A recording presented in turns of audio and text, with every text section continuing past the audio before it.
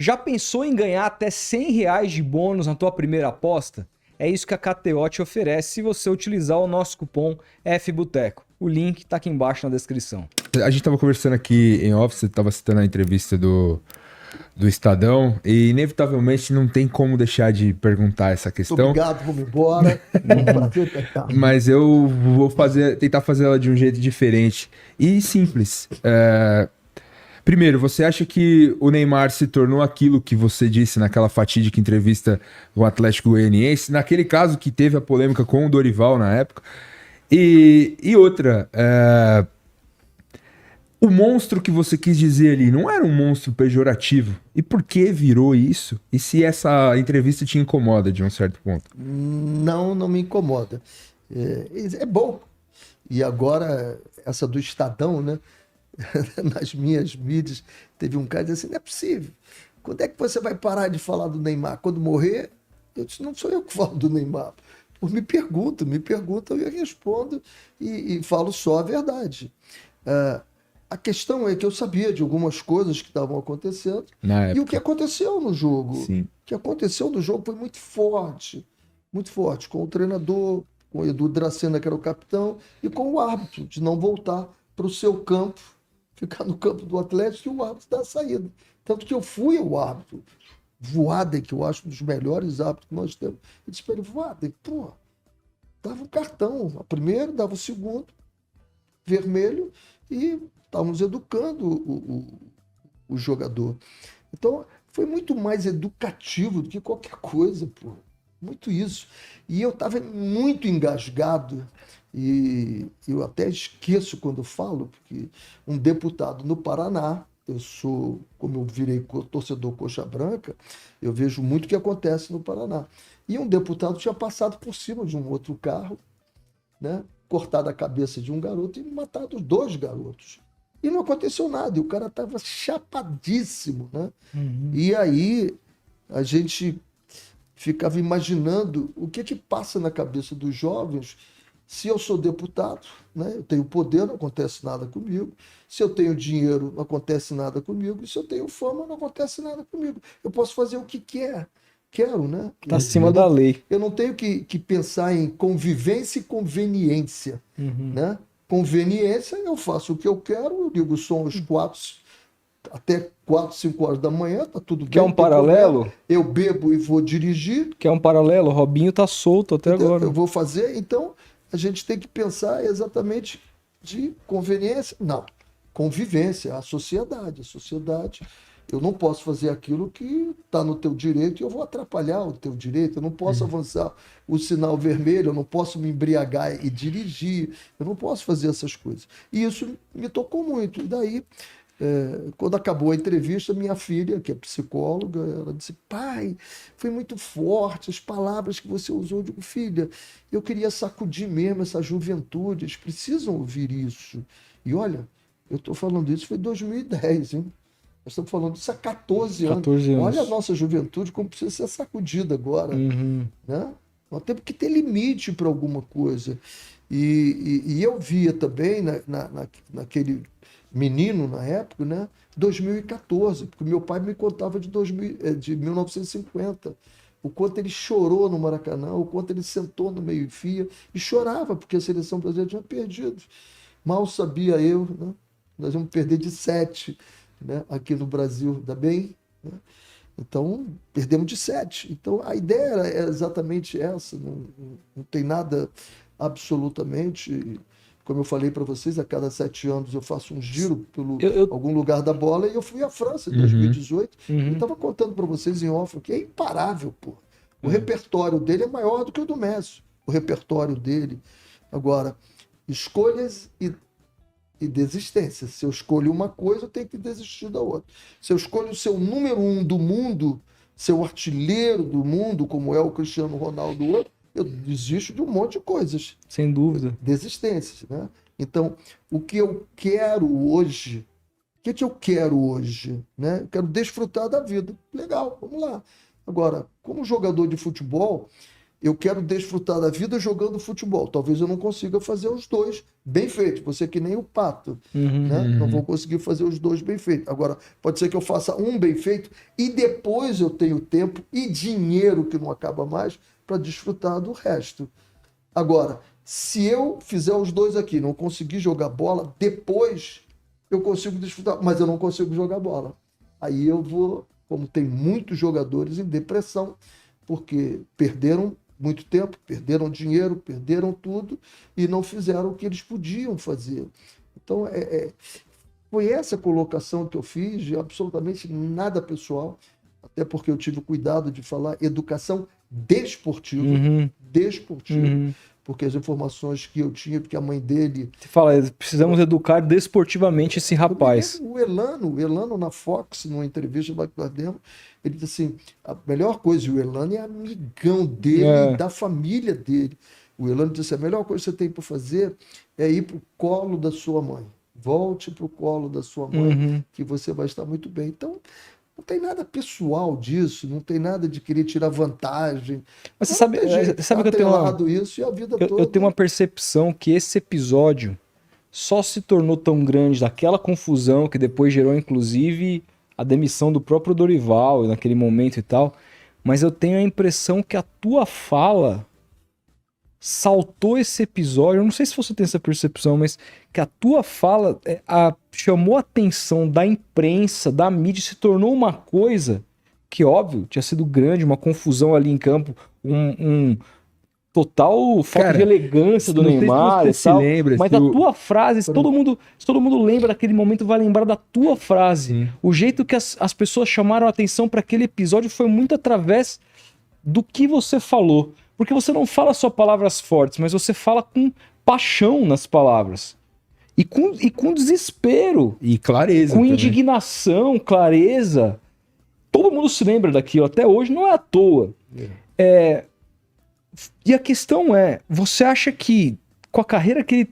Porque o Neymar ele está em fim de carreira. Quando você toma uma decisão de aos 31 anos, e você foi técnico na Arábia Saudita e tudo mais, o cara toma a decisão de ir para a Arábia, tendo o mercado, mesmo que fosse para ganhar menos, etc e tal. Já dá para, eu acho que, falar da carreira do Neymar não como algo passado, mas como algo que já viveu o seu capítulo máximo, melhor momento. Você acha que o Neymar te ouviu olhando para o que foi a carreira dele? Não sei. Eu não tenho a mínima ideia, até porque nós não conversamos nunca sobre isso, né? Só teve um momento de ter uma aproximaçãozinha. Ele foi num programa da Hebe Camargo, e aquele programa em que as mulheres perguntavam para o homem e às vezes os homens perguntavam para uma mulher. E as mulheres perguntando, teve uma que disse assim, Neymar, teve uma pessoa, não falou o meu nome, teve uma pessoa que falou isso, criar um monstro e tal. E a Hebe, não sei se ela me conhecia ou não conhecia, sabia quem era. Aí a Hebe falou para ele assim, essas pessoas a gente nem dá ouvido. E aí ele falou, não, o professor é uma pessoa bem intencionada. E aí quando eu escutei ele falou isso. Aí quando ele falou isso, eu escrevi uma carta, porque um dos assistentes do Dorival trabalhou comigo no Coritiba. E aí eu escrevi uma carta explicando tudo para ele. Olha, a minha intenção foi essa, tudo e tal. Porra, quero que você seja campeão do mundo, seja o melhor. Botei tudo na carta e mandei o Denis, e o Denis disse que ele leu na frente dele e disse, agradece ao professor. Nada mais do que isso. E quando saiu aquele documentário da Netflix, ele fala, ele falou isso, mas eu podia estar jogando na quinta divisão, podia ter acabado com a minha carreira. E aí, é verdade. E aí eu dei uma entrevista falando duas coisas, de duas pessoas que me marcaram muito a minha vida, que eu nunca mais deixei de falar com educação, com termos de que teriam que ser algo educativo.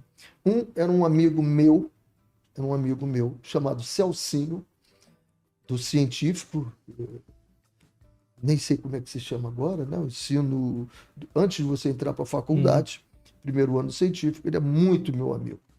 E aí eu comecei a namorar a minha esposa. comecei a namorar minha esposa, e aí nos afastamos um pouquinho. E aí eu soube que ele tinha entrado em drogas. E eu era radicalmente, porque eu fui criado numa comunidade com muita dificuldade, Uhum. e que eu rejeitei tudo, inclusive cigarro. Eu nunca botei um cigarro na boca. Não estou comparando cigarro a Sim, drogas claro. ilícitas, absolutamente não. Mas eu nunca botei. Você tá falando de saúde. Rejeitei tudo, inclusive bebida, e Uhum. rejeitava tudo. E o Celcinho bateu na porta na casa da minha noiva na época, e queria falar comigo. E eu disse para ele: vai embora, largue o que está fazendo, depois volte para falar comigo. E isso me marcou muito, você sabe por quê? Porque um mês depois eu encontrei com o pai dele. E o pai dele perguntou como é que tinha sido a minha conversa com ele. E até me arrepio aqui agora. E eu disse para ele: olha, eu expulsei ele lá de casa porque estava em droga. Aí o pai dele parou e eu sabia que ele tinha se matado.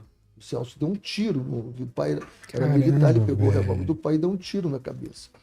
Ah, porque o dia antes dele se matar, ele disse que ia conversar contigo, que era a única pessoa que podia ajudar ele. E eu não ajudei, cara. Caramba, velho. Entendeu? Eu não ajudei. E eu tive um jogador chamado Marcelo Henrique. Marcelo Henrique é um ponta-direita. Ele era dessa seleção de 89, que eu tinha Bismarck, Leonardo, Marcelinho Carioca, Tony Anderson, Moacir, só craques. E ele era o melhor do time. E eu via que ele estava indo para um caminho que não era legal. E eu me calei. Eu devia ter chutado balde, que talvez eu tivesse salvo. Marcelo Henrique hoje mora no mesmo lugar, em Bangu, e vive pedindo comida a todo mundo, sem dente. Apareceu há pouco tempo uma entrevista do Esporte, da Sport TV sobre ele, entendeu? Porque eu me calei. Talvez eu tivesse ajudado esses dois, entendeu? Então, às vezes a gente faz um chamamento, a intenção de que as pessoas vejam o que é preciso ver. Elas não estão vendo, elas estão num labirinto que não sabe onde está a saída, e você está lá de cima e diz: filho, eu estou vendo, vai para a direita, olha, a saída está na tua cara, a saída, tu está indo para a esquerda, para a direita, vai para trás, não, vai em frente que você vai. A impressão que eu tenho é que o Neymar estava muito mais rodeado de Hebes Camargos do que de René Simões. Sim. Porque uma coisa que Nessa época ele era o mais badalado, Não, e ele uma era o coisa mais que é- querido, ele e- estava em todo E comercial. uma coisa que a experiência faz, Felipe, você é menino, você cometeu uma atitude errada e você vê um técnico dizendo que você pode se tornar um monstro, etc e tal. Eu imagino que a primeira reação que tem antes de você pensar nitidamente sobre aquilo, tá no calor do momento, é sentir raiva. Ficar puto. Falar: meu, quem que esse cara pensa que ele é pra falar isso de mim? Esse cara não me conhece, esse cara não sabe da minha história, etc e tal. Com o passar do tempo, você adquire maturidade, você revê as suas próprias atitudes, você conversa com as pessoas, inclusive com a sua família, você percebe que você errou, e aí quando alguém cita esse rapaz para você em rede nacional, criticando, você diz: ele teve uma Razão. atitude legal, ele teve razão.